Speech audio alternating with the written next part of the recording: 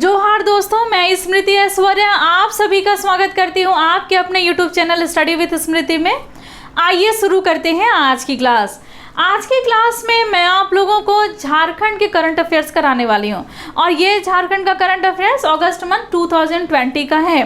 पिछले एक सप्ताह में जो घटनाएं सुर्खियों में रही और जहां से प्रश्न पूछे जाने की संभावना है, तो वैसे प्रश्नों को आज की क्लास में मैंने शामिल किया है। ये बहुत ही ज़्यादा इंपॉर्टेंट हो जाता है उन सारे स्टूडेंट के लिए जो Jharkhand SSC CGL, Jharkhand PSC और झारखंड में आयोजित की जाने वाली विभिन्न प्रतियोगिता परीक्षा की तैयारियों में लगे हैं। तो वैसे प्रतियोगिता परीक्षा की तैयारी कर रहे स्टूडेंट के लिए मेरा आज का क्लास जो बहुत इंपॉर्टेंट होने वाला है। यदि आपको मेरे इस क्लास के पीडीएफ चाहिए तो डिस्क्रिप्शन बॉक्स में मैं टेलीग्राम ग्रुप का लिंक जो है वो शेयर कर दूंगी। आप मेरे टेलीग्राम ग्रुप से जुड़ जाइए। आपको मैं बता दूं डिस्क्रिप्शन बॉक्स कहाँ होता है। पिछले क्लास में मुझे किसी ने कमेंट करके मुझसे ये पूछा था, जहाँ वीडियो के नीचे जो टाइटल बॉक्स जहाँ पर है वहाँ पर ब्लैंक स्पेस पे आप क्लिक कीजिएगा, फिर आपका डिस्क्रिप्शन बॉक्स जो है वो वहाँ ओपन हो जाएगा जहाँ पर वीडियो के डिटेल्स दिए रहते हैं। तो मैं वहाँ टेलीग्राम ग्रुप का डिटेल दे दूँगी लिंक का, तो आप वहाँ से जुड़ जाइएगा और फिर वहाँ जब आप टेलीग्राम ग्रुप में जाएंगे तो वहाँ पर आपको इस क्लास के पीडीएफ मिल जाएंगे, ताकि एग्ज़ाम के समय में आप उसे रिविज़न कर सकें। और वीकली करंट अफेयर्स मैं दिया करती हूँ। पिछले एक सप्ताह की घटनाएँ हैं ये। पहला प्रश्न आज का, तो आज का पहला प्रश्न है कि राष्ट्रीय शिक्षक पुरस्कार के लिए झारखंड के कितने शिक्षकों को चयनित किया गया है? तो राष्ट्रीय शिक्षक पुरस्कार के लिए झारखंड के 3 शिक्षकों को चयनित किया गया है। वो कौन कौन से हैं तो मैं आपको बता दूं। इसमें 1 शिक्षक है, 2 शिक्षिका हैं। 1 शिक्षक जो है वो है स्मित कुमार सोनी, ये सिमडेगा से हैं और राजकीय मध्य विद्यालय में ये शिक्षक हैं। दूसरा नाम है निरुपमा कुमारी का। निरुपमा कुमारी जो है ये बोकारो से हैं और बोकारो में एक स्कूल है जिसका नाम है Ram Rudra +2 high school. Ram Rudra +2 high school की शिक्षिका निरुपमा कुमारी को झारखंड से राष्ट्रीय शिक्षक पुरस्कार के लिए चुना गया है। तीसरा नाम आता है इशिका डे का। इशिका डे जो है ये जमशेदपुर से हैं। जमशेदपुर में एक स्कूल है तारापुर स्कूल, उस स्कूल की ये शिक्षिका हैं। इनको भी चयन किया गया है राष्ट्रीय शिक्षक पुरस्कार के लिए झारखंड से। तो तीनों शिक्षकों ने झारखंड का नाम रोशन किया है और झारखंड शिक्षक पुरस्कार के लिए इन तीनों को चयन किया गया है। अगला प्रश्न है, ये प्रश्न है एक रोग से संबंधित। पिछले क्लास में मैंने आपको फाइलेरिया से संबंधित प्रश्न बताया था। फाइलेरिया के लिए अभियान चलाया जा रहा है, फाइलेरिया उन्मूलन के लिए। उसी प्रकार से एक और रोग है जिसके पोषण के मतलब पोषण सहायता के लिए एक कार्यक्रम चलाया जा रहा है। अब हम लोग का उसका वो प्रश्न है। प्रश्न क्या है वो जानेंगे। सघन निक्षय पोषण योजना अभियान, कौन सा अभियान है? सघन निक्षय पोषण योजना अभियान झारखंड राज्य के किस बीमारी के रोगियों हेतु पोषण सहायता कार्यक्रम चलाया जा रहा है? तो किस बीमारी के लिए ये पोषण सहायता कार्यक्रम चलाया जा रहा है?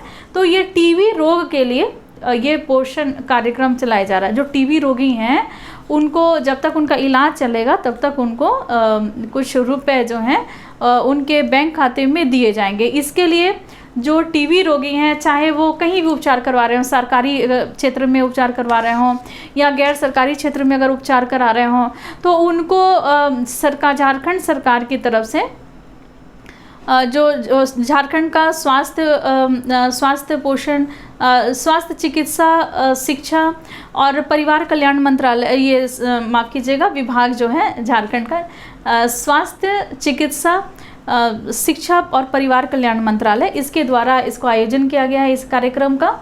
और कार्यक्रम कौन सा है? तो ये कार्यक्रम है सघन निक्षय पोषण योजना अभियान।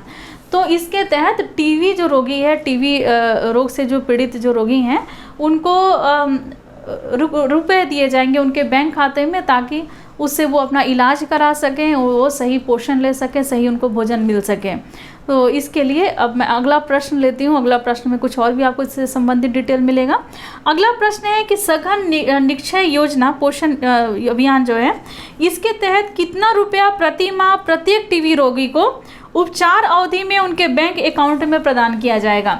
उनका जब उपचार अवधि जब तक का रहेगा तो उनके बैंक अकाउंट में कितने रुपए जो हैं वो इस अभियान के तहत दिए जाएंगे? सघन निक्षय पोषण योजना अभियान के तहत कितने रुपए दिए जाएंगे टीबी रोगियों को उपचार के का जब तक उनका उपचार चलेगा? तो इसके लिए उनको 500 रुपये प्रति माह उनके बैंक खाते में डायरेक्ट दिए जाएंगे। इसके लिए टीबी रोगियों को क्या करना होगा कि तो अपने नज़दीकी जो स्वास्थ्य केंद्र है वहाँ पर उनको जा कर के नज़दीकी स्वास्थ्य केंद्र में अपना आधार कार्ड और बैंक अकाउंट जो उनका डिटेल है उसको वहाँ पर जमा कराना होगा, ताकि डायरेक्ट उनको बेनिफिट मिल सके उसका, और 500 रुपये जो है प्रति माह उनके अकाउंट में तब तक मिले जब तक उनका उपचार चल रहा हो। और इसके लिए एक टोल फ्री नंबर भी जारी किया गया है जिसका नंबर है 180011 और 4 टाइम्स 6। देखिए क्या है 180011 और 6666, ये टोल फ्री नंबर है। इस नंबर पे आप फ़ोन करके आप इससे संबंधित विशेष जानकारी जो है वो ले सकते हैं। अगला जो प्रश्न है वो है केंद्रीय जनजाति मामले के मंत्री जो हैं अर्जुन मुंडा, उन्होंने देश भर के कितने शहरों में वीडियो कॉन्फ्रेंसिंग के जरिए tribals India on wheels mobile van को हरी झंडी दिखाई है? तो भारत के लगभग 31 शहरों में, जिसमें रांची और खूंटी भी शामिल है, भारत के 31 शहरों में, अलग अलग राज्यों के 31 शहरों में tribes India on wheels mobile van जो है वो उसकी शुरुआत की गई है वीडियो कॉन्फ्रेंसिंग के जरिए। जो केंद्रीय जनजातीय मंत्री अर्जुन मुंडा हैं उनके द्वारा ये शुरुआत की गई है। 31 भारत के 31 शहरों में ये शुरुआत की गई है इसकी। अगला प्रश्न है कि राजा प्रदीप चंद्र सिंह देव का हाल ही में निधन हो गया। वे किस राजघराने से संबंध रखते थे? तो कौन से राजा थे ये? प्रदीप चंद्र सिंह देव, इनका हाल ही में निधन हो गया है। ये किस राजघराने से संबंध रखते थे? तो ये संबंध रखते थे खरसावां राजघराने से। 83 इयर्स के थे और इनको लोग प्यार से टिकैत साहब के नाम से लोग इनको जानता था, प्यार से इनको बुलाता था। 83 इयर्स के थे और इनका हाल ही में 19 अगस्त 2020 को यानी कि बुधवार के रोज़ इनकी मृत्यु हो गई है और ये खरसावां राजघराने से संबंध रखते थे। अगला जो प्रश्न है वो है झारखंड सरकार और एक संस्थान है CMPDI, ये दोनों संस्थानों के बीच में किस खनिजों के खोज के लिए अनुबंध पर साइन किया जाना है? तो झारखंड सरकार और CMPDI और झारखंड सरकार के बीच में एक अनुबंध पर साइन किया जाना है। वो किस खनिज की खोज के लिए इस अनुबंध पे साइन किया जाना है? तो ये है लौह अयस्क और बॉक्साइट खनिज के लिए इस पे साइन किया जाना है। आगे होने वाला है ये अनुबंध। CMPDI जो संस्थान है अभी ये कोयला के खोज के लिए कार्य कर रही है झारखंड में, और अब ये लौह अयस्क और बॉक्साइट के खानों का भी खोज किया करेगी। बॉक्साइट और लौह अयस्क के खानों जिसकी संभावना झारखंड में बहुत ज़्यादा होती है। लौह अयस्क भी पाए जाते हैं धारवाड़ क्रम की चट्टानों में और बॉक्साइट भी प्रचुर मात्रा में पाया जाता है। यही कारण है कि एल्युमिनियम फैक्ट्री जो है वो झारखंड के ज़िले में ये इसको लगाया गया है एल्युमिनियम फैक्ट्री। तो बॉक्साइट और लौह अयस्क इसकी प्रचुरता है, साथ साथ कोयले का तो प्रचुरता है ही। पूरे भारत में नंबर 1 स्थान रखता है झारखंड कोयले के मामले में। अब हम लोग अगला प्रश्न लेते हैं। अगला प्रश्न है कि झारखंड की ग्रामीण महिलाओं की आर्थिक सशक्तिकरण के लिए हाल ही में झारखंड के मुख्यमंत्री माननीय हेमंत सोरेन जी ने 19 अगस्त 2020 को कौन सी योजना की शुरुआत की है? तो झारखंड की ग्रामीण महिलाओं के आर्थिक सशक्तिकरण के लिए माननीय मुख्यमंत्री हेमंत सोरेन जी ने 19 अगस्त 2020 को एक योजना की शुरुआत की जिसका नाम है आजीविका संवर्धन हुनर अभियान। कौन सा अभियान की शुरुआत की गई है? तो आजीविका संवर्धन हुनर अभियान की शुरुआत की है। अगला प्रश्न है कि टाटा स्टील के तीरंदाजी कोच जिनका नाम है धर्मेंद्र तिवारी, टाटा स्टील के तीरंदाजी कोच धर्मेंद्र तिवारी को हाल ही में किस पुरस्कार के लिए चयन किया गया है, या फिर तिवारी का चयन किस प्रतिष्ठित गुरु सम्मान के लिए किया गया है? तो जो धर्मेंद्र तिवारी हैं जो तीरंदाजी कोच हैं, इनको द्रोणाचार्य पुरस्कार के लिए चुना गया है। ये सम्मान इनको 29 अगस्त को दिया जाएगा, द्रोणाचार्य सम्मान। इससे सम्मानित होंगे कौन?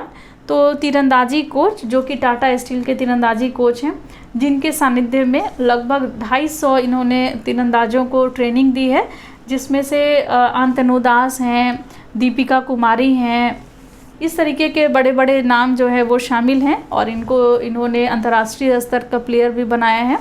और इनके लगभग 26 वर्षों से ये इस फील्ड में है, कोचिंग वो चला रहे हैं जहाँ पर तीरंदाजी का ये ट्रेनिंग दिया करते हैं। तो धर्मेंद्र तिवारी को मिलेगा द्रोणाचार्य अवार्ड, उनसे सम्मानित किया जाएगा। 29 अगस्त 2020 को ये सम्मान इनको दिया जाएगा।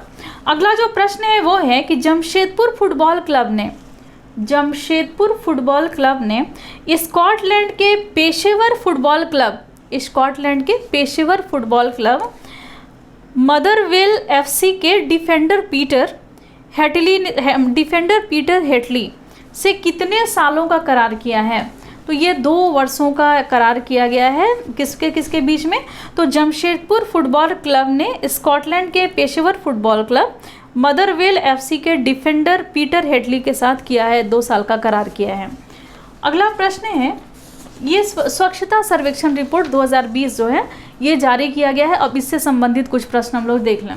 इसके बारे में मैं सोच रही थी कि एक क्लास अलग से लूँ। देखिए, मैं कुछ क्लास जो है जो बहुत ज़्यादा इम्पॉर्टेंट है, जैसे कि मैंने इसके पहले आपको बताया मुख्यमंत्री श्रमिक योजना, इसका भी मैं एक क्लास में ही कंप्लीट इसको लेने वाली हूँ। और साथ ही साथ स्वच्छता सर्वेक्षण रिपोर्ट 2020 जो है इसका भी मैं एक अलग से क्लास लूँगी, जल्द ही लूँगी। उसकी डिटेल को मैं आपको बताऊँगी। फिलहाल हम लोग इससे कितने प्रश्न बन सकते हैं मैं उस पर हम लोग चर्चा करते हैं। तो स्वच्छता सर्वेक्षण 2000 रिपोर्ट जो है वो जारी किया गया 20 अगस्त को, गुरुवार के दिन यानी बृहस्पतिवार के दिन नरेंद्र मोदी ने वीडियो कॉन्फ्रेंसिंग के जरिए एक स्वच्छता सर्वेक्षण रिपोर्ट 2020 का जो 5वां संस्करण था उसका परिणाम जो है वो जारी किए। तो पूरे भारत में जो पहला स्थान मिला है जिस शहर को, वो है इंदौर। लगातार चौथी बार इंदौर शहर जो है वो स्वच्छता में अव्वल रहा है। और जो पहला मिला था जिस शहर को वो था मैसूर, लेकिन उसके बाद लगातार इंदौर जो पहले स्थान पे है, दूसरे स्थान पे सूरत है और तीसरे स्थान पे नवी मुंबई है। तो इसमें झारखंड के लिए भी एक बहुत ही गौरव की बात है, बहुत सम्मान की बात है, अब हम लोग उसको जानेंगे। क्या है? स्वच्छ सर्वेक्षण 2020 में देश के 10 लाख से अधिक आबादी वाले 47 शहरों में रांची शहर को कौन सा स्थान मिला है? तो देश के 10 लाख आबादी वाले 47 शहर में रांची को स्थान मिला है 30वां। पहले कौन सा स्थान था? तो ये 16 पायदान जो है वो जम किया है। पहले 2019 में जब ये जारी किया गया था स्वच्छ सर्वेक्षण 2019 का रिपोर्ट, तो इसमें 46वें स्थान पे था रांची। लेकिन अभी ये 16वें पायदान ऊपर गया है और अभी ये 30वें पायदान पे पहुंच गया है। तो ये काफ़ी सम्मान की बात है कि स्वच्छता में अभी आगे आ रहे हैं रांची।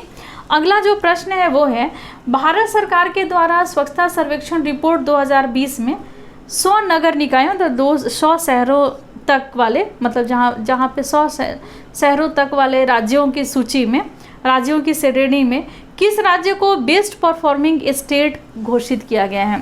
तो 100 शहरों तक जो राज्य हैं उसकी सूची में झारखंड का जो स्थान है वो पहला है। बेस्ट परफॉर्मिंग जो अवार्ड मिला है वो झारखंड को मिला है। ये झारखंड के लिए बहुत गौरव की बात है।